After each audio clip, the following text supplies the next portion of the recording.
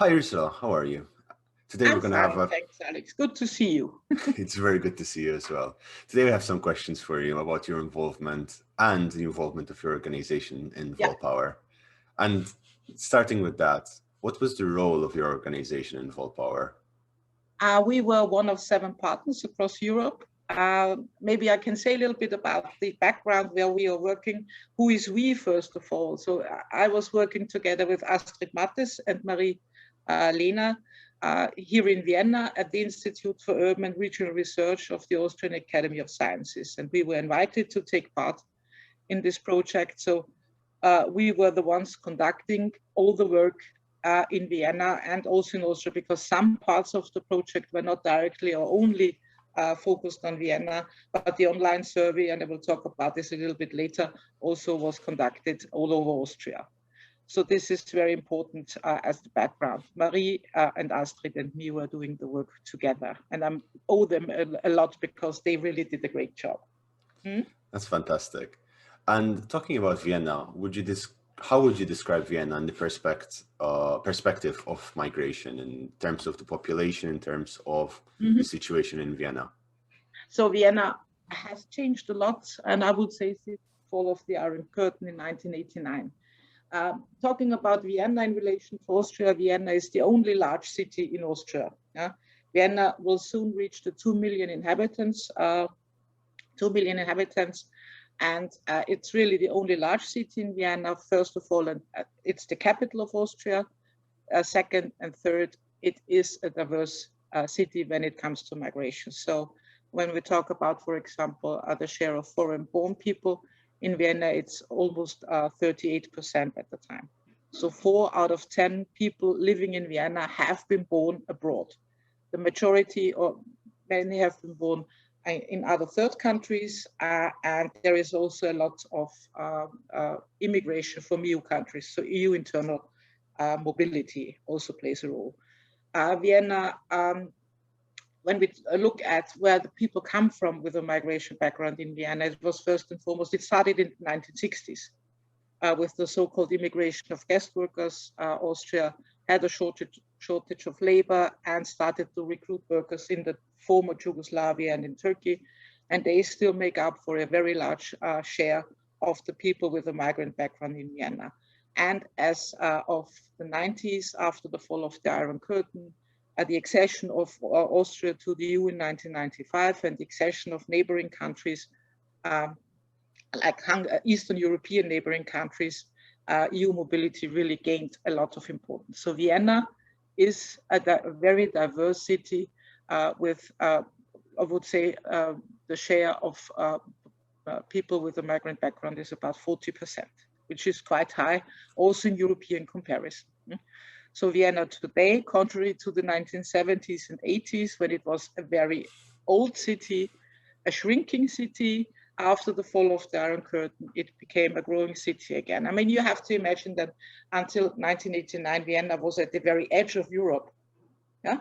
The Iron Curtain was only 60 kilometers away, so it was kind of really very much at the edge. And with the fall of the Iron Curtain, things and the city changed enormously. Furthermore, what also contributed, of course, to the high share of people with a migrant background is what happened around the year 2015 with the arrival of many forced migrants to Vienna and to Austria. And many of them, of course, as long as they are asylum seekers, they are scattered all over the country. But when they receive a title, many of them decide to go to Vienna for various reasons, to find compatriots, networks, in the hope for finding a job or finding a flat that is accessible for them.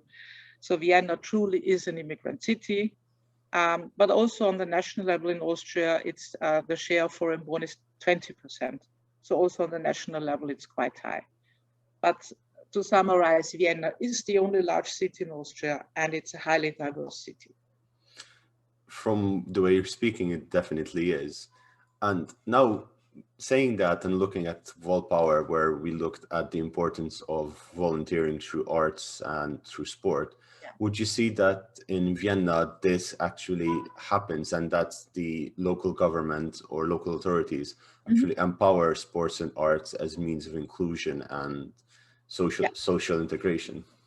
I mean, we all also have to look at what happens at the national level, what the federal government does and what Vienna does. And to start from a very general level, volunteering in Austria and also in Vienna is highly popular. So this is something I didn't know, but there are different studies saying that 29 to 46% of the population actually are engaging in volunteering. Yeah. So volunteering really is an important thing in Austria and in Vienna. Of course, this always depends on the definition. Is it formal volunteering? Is it informal volunteering? But nevertheless, volunteering plays an important role. When we look at the nexus between integration on the one hand and volunteering on the other hand, we have different dimensions. Yeah? Volunteering, for example, played an enormously important role around the year 2015, when thousands of forced migrants entered the country, many of them on the way to other European destinations, but many also wanting to stay, which means that volunteers took care of them. So volunteers can help newcomers. This went on in the so-called welcome culture when volunteers offered language classes. So there were lots and lots of things going on. And on the other hand, when we look at the flip side of the coin, we see that volunteering by migrants is seen as also by national politics as an important step to integration. There is still legislation on the national level that people who can prove that they have volunteered get a fast track to citizenship, which is quite something. So this idea of volunteering as a way of integrating into a society or being integrated into a society also brings benefits in terms of you don't have to wait so long for citizenship. Also for asylum seekers, it's an important way to get a daily structure to take part in volunteering as long as they are not allowed to work. So there are a lot of things. When we look at Vienna, also in Vienna, of course, there are these large NGOs like the Red Cross and Caritas who offer volunteering opportunities, but what we saw as of 2015 were many grassroots level initiatives. Yeah? And they again had these two ways of addressing the thing, like helping forced migrants or making migrants volunteers and actively take them on board and engage with them as volunteers. So this is something. So Austria is a volunteering country, also in European comparison. That was very interesting, and it's very interesting to see the difference also in various countries how the government interacts with migrants. And that said, what were the activities of your organization as involved in Volpower, and how were these activities combined with the challenges of the social integration and inclusion in Vienna? Are we now talking, do you mean what our team did in terms of for the project, what steps took and what work we were involved in? Is this what you are heading at now? Yes, essentially what your team did, what your organization did, and how you tackled the challenges for Volpower, but also understanding the situation in Vienna. Yeah. So first of all, I need to stress the very good collaboration with our partners in Bolzano. And together with them, the Austrian team was responsible for kind of scientific support and surveying, volunteering, kind of across the whole project, so for the whole 24 months. So what we did, and I think partners were sometimes annoyed, but they had to live with this. So we came up with guidelines, with questionnaires, because Volpower looked at different things. First of all, what we did was a very large online survey in all the partner countries. We asked all the partners to conduct an online survey, not only in one city, but across the whole country, to get a general feeling about volunteering. What we were most of all interested in was the differences between people who volunteer and people who do not volunteer in terms of the central aspects like well-being, belonging, social inclusion.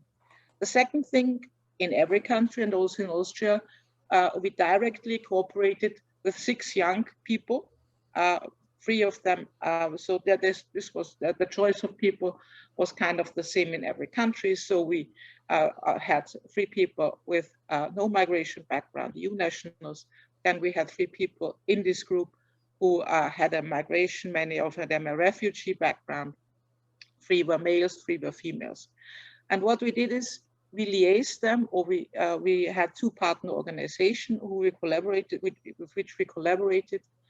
We owe them a lot. And these 6 young people entered into these volunteering organizations and took active parts there. Maybe I say some words about the 2 organizations we cooperated with. One was Play Together Now, which was founded in 2015 in this summer of migration, and it works with young people with a refugee, with young refugees, and they offer soccer games, but also cultural activities. And the second organization we collaborated with was Miteinander am Berg, which means together on the mountains. So they are very much into climbing. And our young volunteers, the young volunteers in Vienna, cooperated in these organizations. They took different parts. I mean, the goal was that they learn something there, that they take a new role that they have never performed before. So some would do social media work, some would try to work as co-trainers. And what we did was we did long interviews with them before this volunteering activity actually started, and after 1 year, when they had engaged in this volunteering activity for a year. And we had very long talks with them to find out what volunteering did to them, not in a bad way, but whether what they gained from, what are the benefits of volunteering, and where do they see problems. So this is kind of one of the big things. Another thing was the so-called wall hubs. In our case in Vienna, these were most of all social activities with the 6 young volunteers. Marie-Lena was very actively engaging with them. She also accompanied the volunteers to the very important Zagreb meeting, where where the whole group from all over Europe, from all the 7 countries met and had training workshops together. And what I found out also from talking to them, this really had an impact. There is a small story maybe I can tell. When it comes to integration and volunteering, there was one participant from Vienna who originally comes from Afghanistan. And he went with the group from Vienna, they went by bus to Zagreb. And then they met all the people from the other countries. And for the first time in his life, he was addressed as an Austrian, because he came with the Austrian group and met the groups from Glasgow and from Malta and from everywhere. And they said to him, "Oh, you're an Austrian." And he said, "This never happened to him before. This never happened to him in Austria." Yeah. So this is kind of this us and them and how people are categorized. Yeah. So this was the first time for him to be addressed as an Austrian. I found this highly interesting. Also, this was so new to him, like what happened.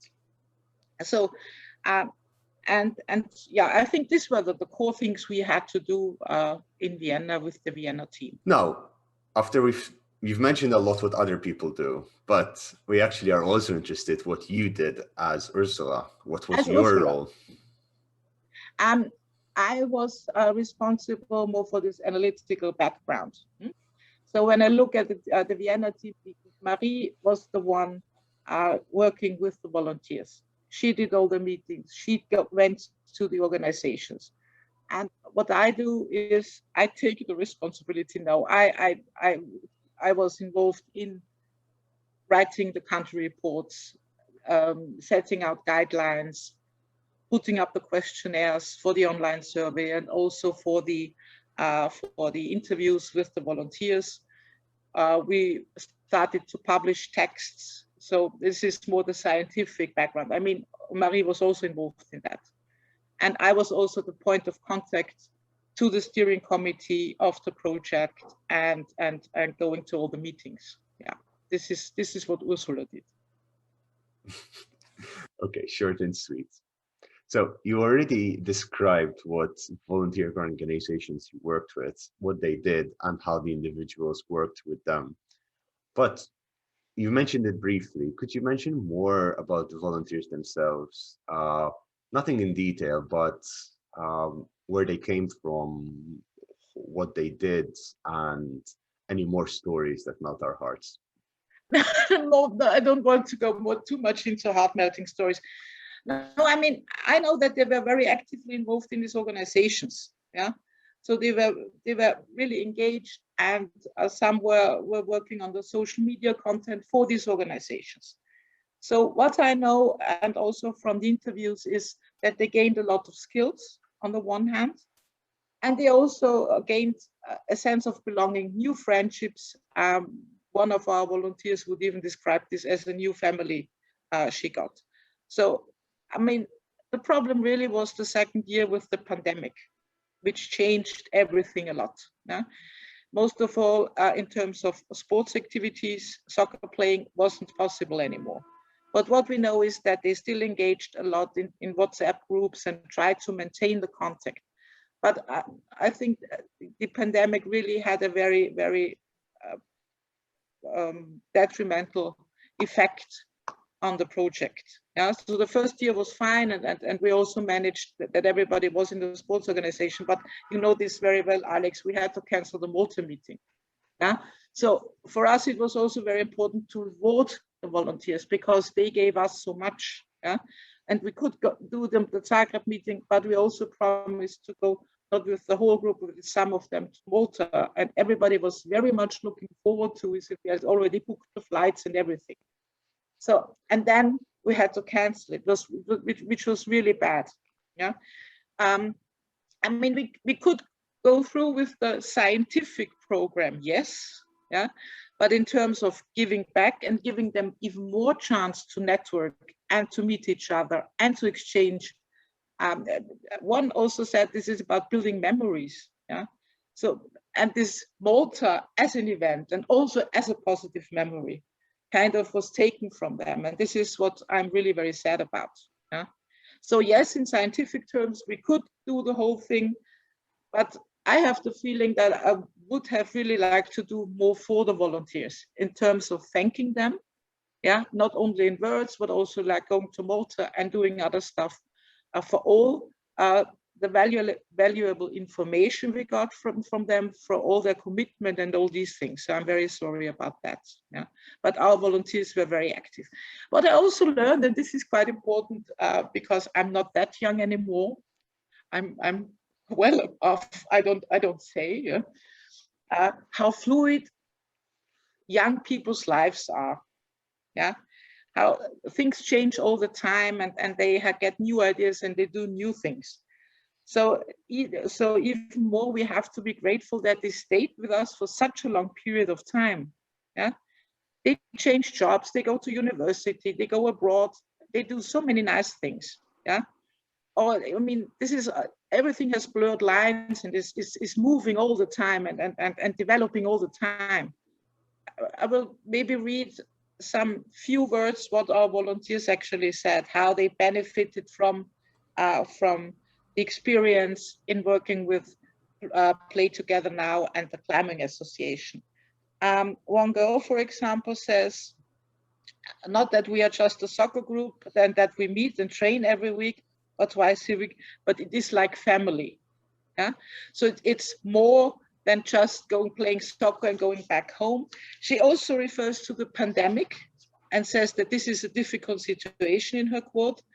And at the end, she says again, and so I think it is not just a soccer group for me, it's not just a voluntary thing, but I see it as my family. So social contact also helped them. They built before the pandemic, yeah, helped them also in the pandemic, because these bonds, though they couldn't play soccer together anymore, these bonds prevailed also during the pandemic. as a geographer, I'm also very much interested in the spatial dimension of belonging. So what does the city mean to people? Yeah. And there's one guy who said that he starts, for example, where we had soccer matches or where we trained or where we met and talked. And Vienna is all of us together, he says, which gives me a good feeling when I think I belong to it. Yeah. So people also traveling around the city, getting to know new parts of city. Yeah. And this being engaged in this group added to the sense of belonging. This is my city. It's a very strong phrase to say, this is my city too, or this city belongs to me. So this is a very strong thing. There is one very interesting quote about beneficial outcomes in terms of intercultural understanding. This is obviously from somebody without a migration background. And he was always wondering why women with a refugee background oftentimes are not allowed to play soccer. So, and he said, I don't understand that. And then he went to the group and there were different soccer groups. And then he found out, quote, what has been confirmed for me is that the differences between people are not so big. Yeah. So in engaging in this voluntary activity and playing with people at eye level, this is very important. He found out that differences are actually not so big.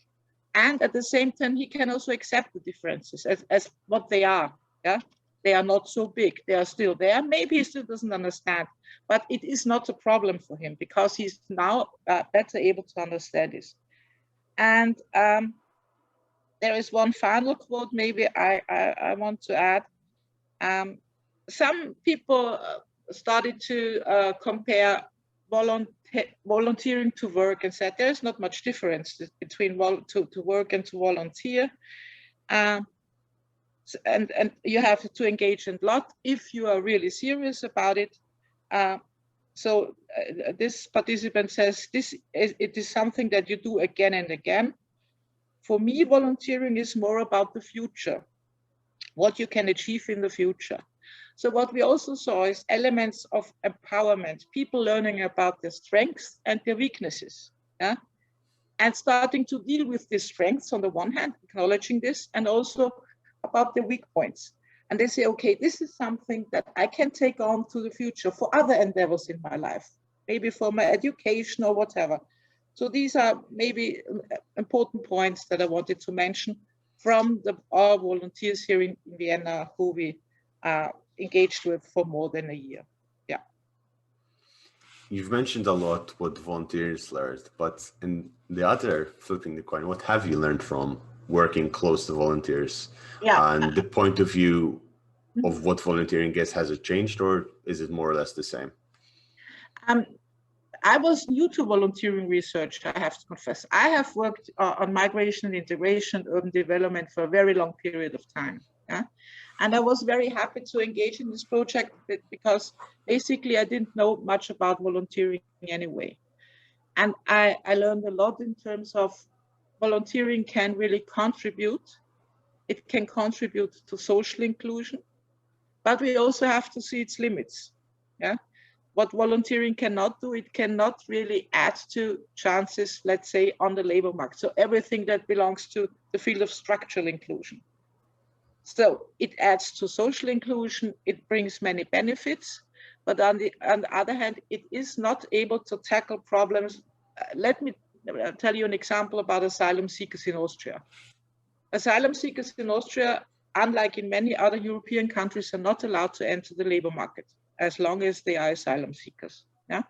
They can only take up minimal jobs, but they are not allowed to work, to take up proper work.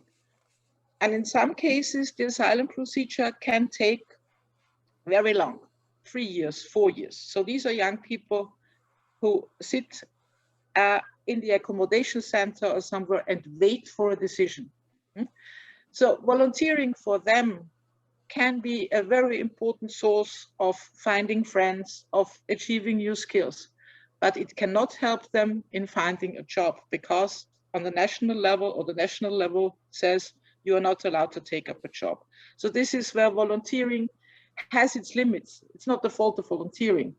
Volunteering, yes, it can help in gaining citizenship, but asylum seekers first need to be beneficiaries of international protection to even think about asking or applying for citizenship. So this is a very long process. Yeah. So what I've learned is it also gave me new insights on this notion of belonging. I have worked on the sense of belonging in other projects and whether people feel as part of something. And especially in young people who volunteer, and I said this already before, we had this idea of bubbles. So you don't belong to the society. What should the society be? This is a concept that doesn't work.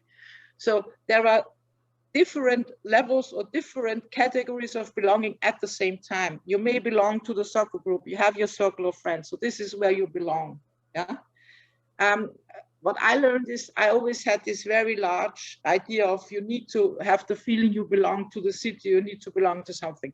So especially young people with their fluent lives and everything changing all the time, also belonging changes constantly. Yeah, they belong to the soccer club, maybe they have the circle of friends, then they enter university or they go they enter other parts of the education system. So also this notion of belonging has to be looked at in a very much more nuanced way in order to be able to understand it. Yeah. So this is not, belonging is not, I feel like an Austrian or I feel like that this city belongs to me. Yes, this is part of it. But it is a much more nuanced picture overall. And this is something I learned and from what I really gained a new perspective on. Yeah. So from the way you're speaking, the volunteers that you had came from various social bubbles, as you call them. Yeah. Would you be able to elaborate what, the structure of this group that you had, their gender balance or, balance between locals and third country nationals? Yeah. I mean, in our group of 6 people, there were 3 young women and 3 young men. I mean, there was this fixed age range from 18 to 27. 3 of them had no migration experience whatsoever. 3 of them had a migration experience. And those with a migration experience were refugees, most of them. So this is where they came from. But the interesting thing, maybe I now go back a little bit to what Vienna is about. The city of Vienna, from this top-down perspective, changed the notion of integration to diversity. So this is now, the city always talks about this is a diverse city, and we do diversity management. And what I have also learned is diversity for these young people is something they grew up with. This is normal for them. Yeah, it may not be normal for 50 or 60-year-old people, but somebody who lives in the city and is 20 years old grew up in a very highly diverse environment. So sometimes I had the feeling that they didn't even understand what we really meant. Of course, they understood, but when they go to school, so the diversity is all around, and it's kind of a normality for them. Yeah. So I'm not worried about young people and how they go on with living in a diverse environment. I think they appreciate it, most of them, yeah, because it's their normal life. This is how they got to know this city.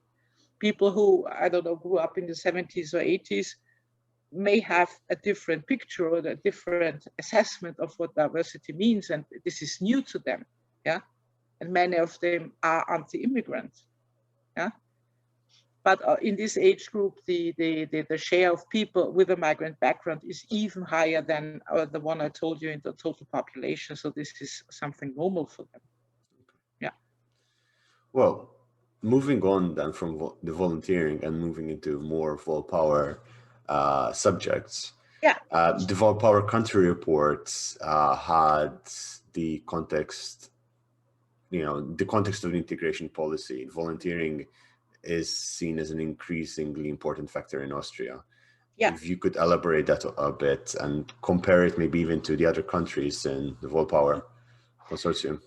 Yeah, I mean, what we did not do is we didn't compare these legal frameworks across countries. But what made the Volpower Consortium so interesting is what I would say, the different countries and regions have different levels of migration experience.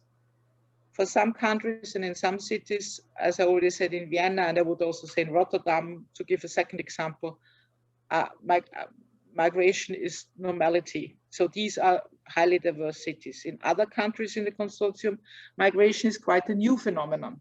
Yeah? It's like, correct me if I'm wrong, but I would say Croatia or Slovenia don't have that much experience with immigration. And probably also then have not elaborated diversity programs or things like that. Huh?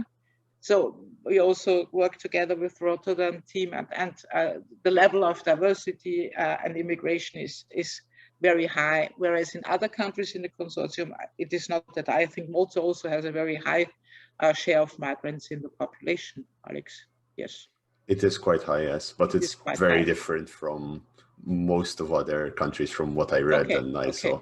Yeah, so this is what makes this this consortium or this group of countries highly interesting, because there are countries with a lot of migration experience and other countries are newcomers to immigration. They have not experienced that much immigration. The second thing is, apart from that, is the volunteering sector. And there are countries where the volunteering sector is, again, extremely elaborate, like in Austria. And there are countries where the volunteering sector is not that pronounced. What we did not do is we didn't systematically compare the legal frameworks and these things. So these are the country reports are standalone publications and have to be looked at separately. We did not systematically compare. But I know that there are differences in the countries and regions involved in terms of immigration on the one hand, and also the volunteering policy things on the other hand. So Austria and also Vienna has a very elaborate system of volunteering. There are very large associations, but I think they are all the same, like the Red Cross and Caritas and all these organizations. And at the same time, there were very much many initiatives, bottom-up initiatives, grassroots initiatives. Among them, the two associations we worked with, Miteinander am Berg and Play Together Now. Yeah? These were single persons or two persons who said at some point in time, okay, let's do something. Yeah? And so Austria has a lot of volunteering going on. There is a lot of organized volunteering, formal volunteering, and there is also a lot of initiatives. The city of Vienna also funds volunteering initiatives with a special preference of volunteering that includes migrants. Yeah? And then there is also the notion of volunteering for migrants, like helping them. And on the other hand, volunteering with migrants, like what Play Together Now and Miteinander am Berg do. Yeah? Like having them as participants, as active volunteers, and not as somebody that has to be helped and taken care of, which puts another very important perspective on engaging in volunteering for migrants. So you are not a victim and you are not a poor person I have to help, but you play football with me. Yeah? And this is the important thing. So there are a lot of structures, and I already said this at the beginning, that integration policy making on the national level also takes into account volunteering efforts by migrants, like this fast track to citizenship. So this is a very clear signal that volunteering plays a role also in integration policy making. Yeah, I mean, this fast track is not that fast, but still normally people have to wait for 10 years for citizenship. And if they can prove that they have done substantial volunteering, they get it after 6 years. But still, it's a sign that volunteering matters. Yeah. And there are also best practice examples like integration ambassadors. Everybody, every year there are prizes for integration-related volunteering associations, best practice examples. So there is a lot going on in this field. Yes. Almost making me feel jealous because it's such a different situation in Malta and how the energy is distributed. That said, you're already speaking about it, about the impact of volunteering on belonging, empowerment, interpersonal relationships, the perception of the individual.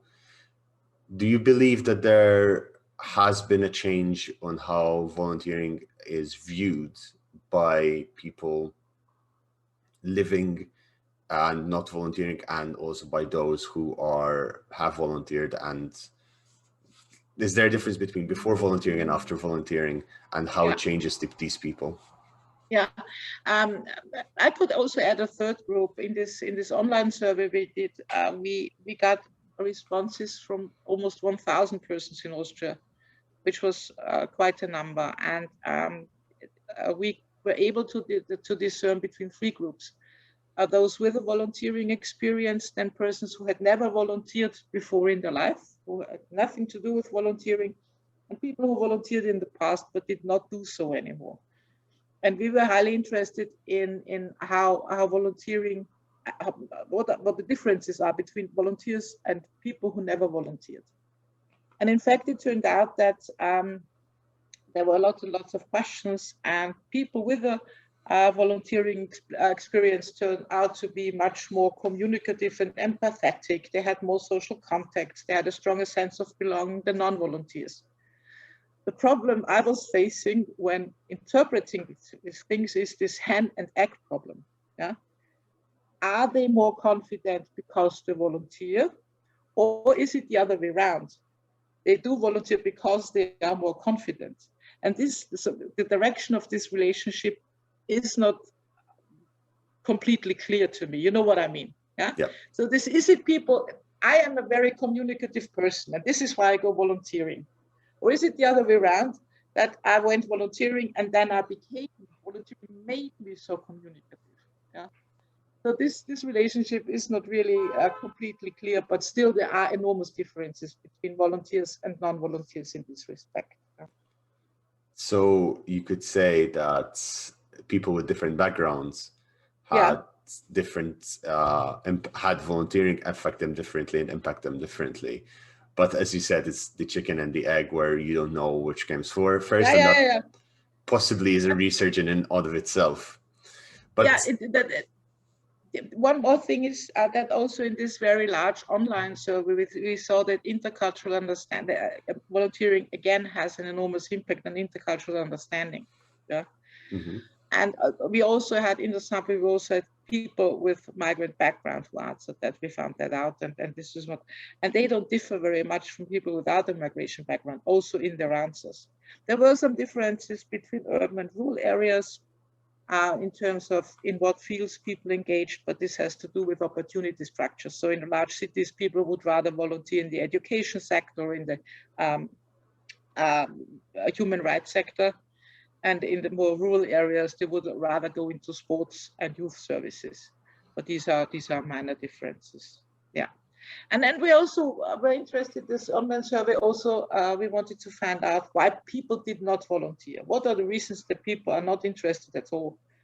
And many said that this is a lack of time problem. So studying and all these things they do. And I also suspect that many of them do informal volunteering, like helping family members or something like that, and say, okay, I don't volunteer because of that. Some also said there is a lack of structured information, so people would like to see more information on volunteering out there. On the other hand, we know that there are 2 large fairs every year in Austria only dedicated to volunteering, where all kinds of organizations go and advertise the work and ask people to volunteer with them. And those who don't volunteer, but also those who volunteer, say that it will be very important to promote volunteering already in schools. So to make young people aware that volunteering is out there and they can go and do it. And it will also help if volunteering was even more visible and publicly acknowledged. So also for students, for example, yeah.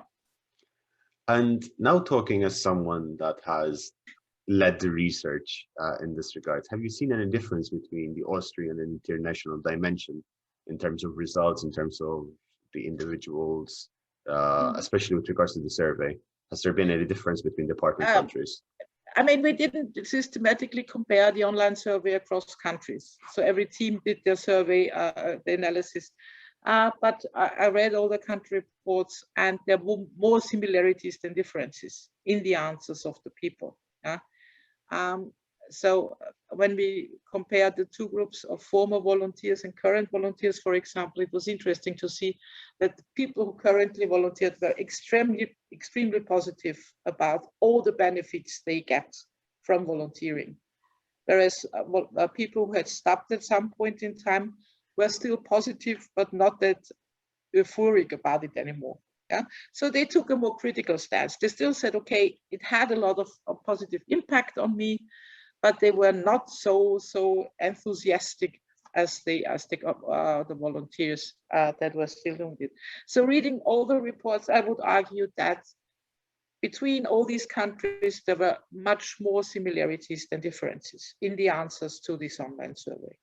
Yeah. However, would you be able to give us a little bit of insight in the comparative report that was drawn by your organization and Bolzano? Yeah, Bolzano.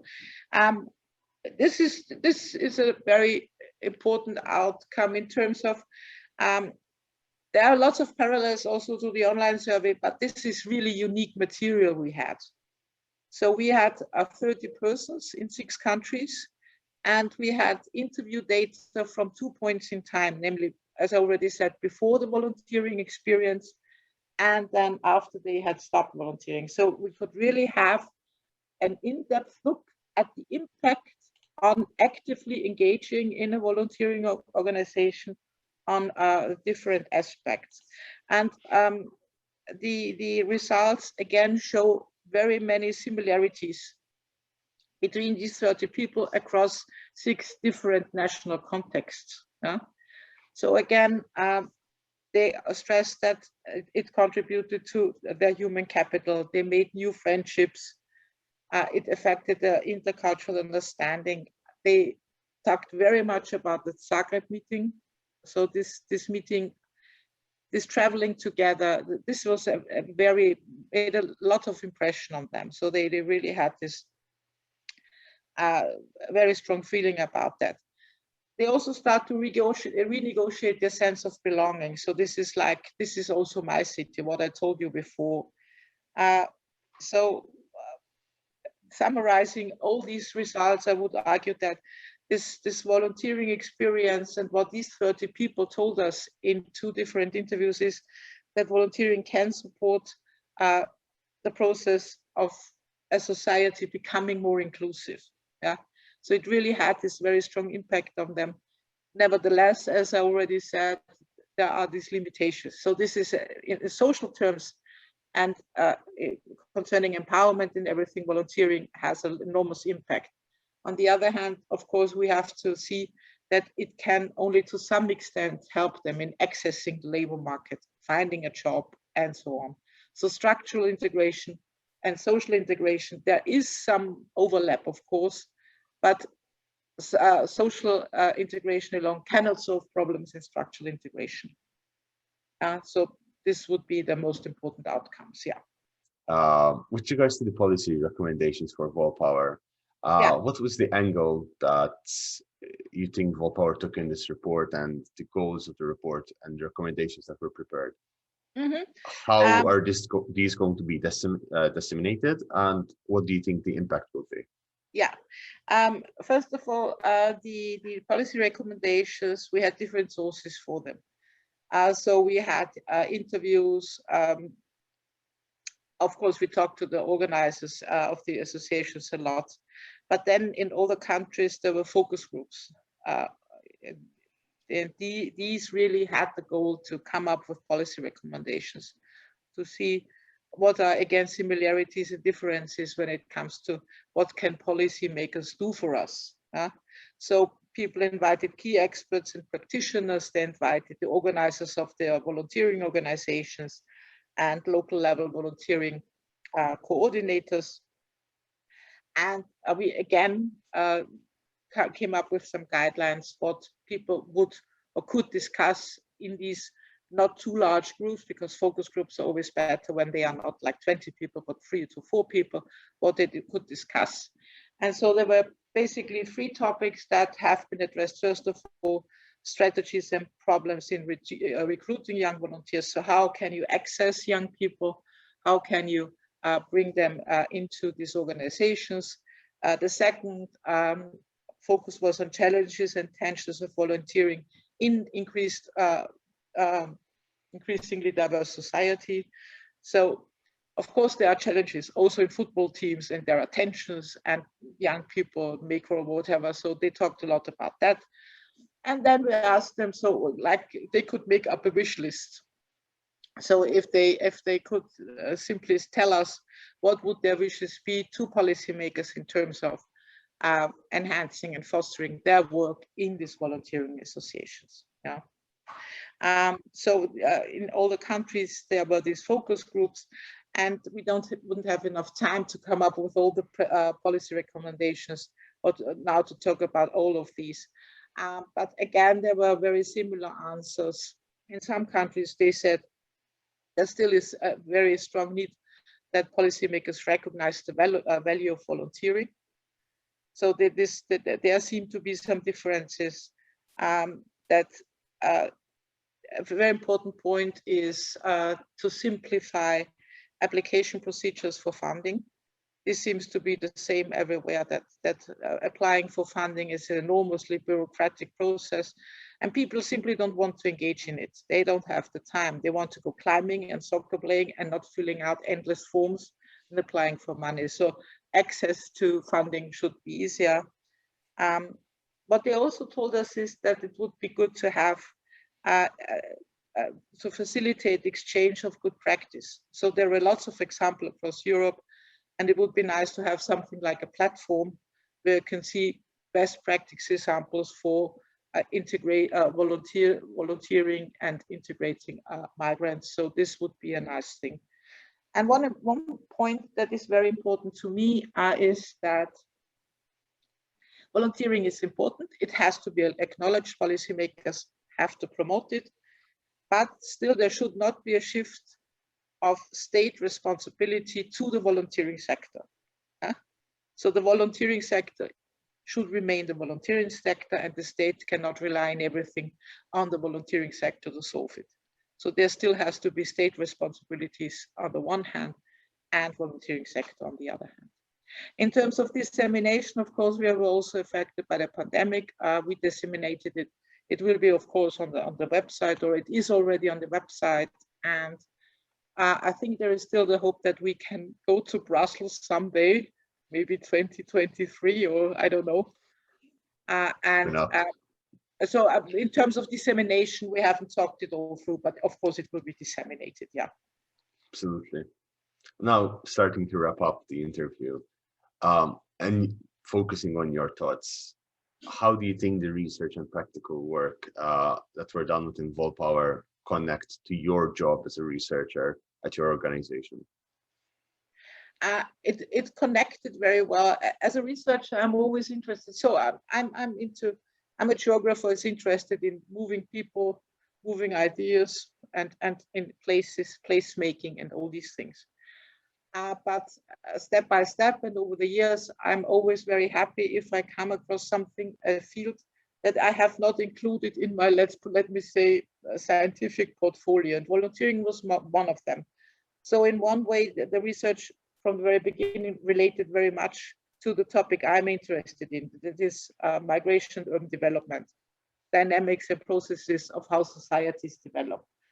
And for me, volunteering is an enormously important new facet of looking at things, of looking at society, of seeing how volunteering impacts society. I've never done anything in volunteering before, and I'm extremely happy and grateful to have this now also in my kind of, in the things that I'm interested in, and I had been lucky enough to work on. So this is very personal point of, not scientific point of view. In a way, you already answered the other question I was going to ask you, which was, I do that all the time, don't I? Yeah. Excelling. What was the most personal thing you've taken away from Volpower? An experience or knowledge or insight that you gained? The most important thing, there are two things. It was first the enormously nice collaboration with Marie and Astrid, also on a personal level.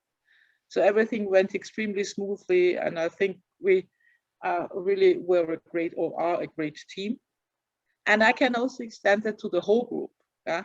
So again, on a personal level, I really like international projects, because they bring me together, or I can join a group of people I don't know, and who I work with for 2 years or 3 years. And again, this brings me new ideas, new perspectives, yeah, new chances of collaboration, of course. So I have worked in a lot, but some EU projects, and I really appreciate working on an international level, because I think as a researcher, you can gain so much from people who work in different environments, in different disciplines. Of course, interdisciplinarity is always very exciting. And then you are forced to learn new things. You're forced to learn new methods or new strands of literature. So I think then Volpower is an extremely innovative project. You also have to think about that. So the whole methodology.